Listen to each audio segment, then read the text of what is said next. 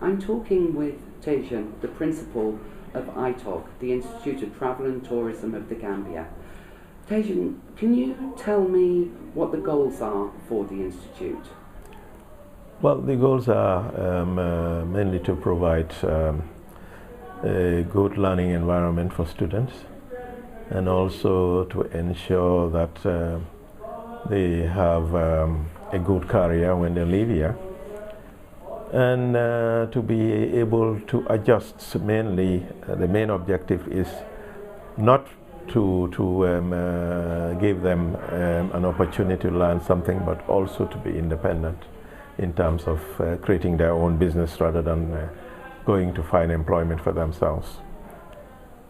So, and where do most of your students come from? What sort of education levels are they when they join you? Well, that varies, because most of the students, that's why we have different levels. In the level ones, we have mainly school leavers or school dropouts. That's why we offer the basics to give them the foundation of having to start a career in the tourism industry.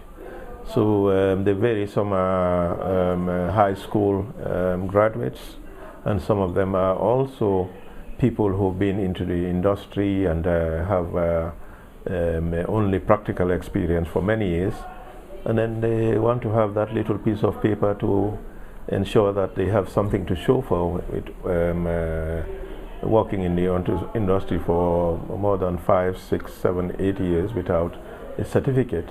So the type of students vary from the ones who are coming from school and those who are in the industry. And how many students roughly each year are you seeing? They range from about 120 to 157 each year. So and how many graduations are you seeing a year? People who can wave their certificates at their friends and family and have a real boost and feel they're really starting on a new path for their careers? As I said, it's the same between 120, 170. Although we have a number of dropouts, because some of them cannot continue to pay their school fees.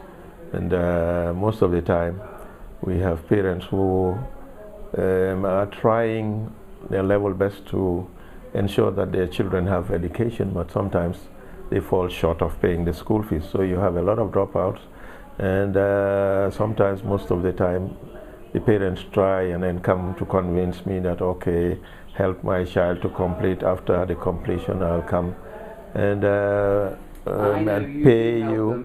And sometimes they don't fulfill that promise. Sometimes somebody comes to you and then start crying because he says, I have 5 children here, one is going to the university, one is going there, and I cannot fulfill. They cry and I cry. So most of the time I give them the benefit of the doubt, but sometimes it turns out that it's not the reality. But these are things that you learned over the years and then try to adjust to see how best you can compromise.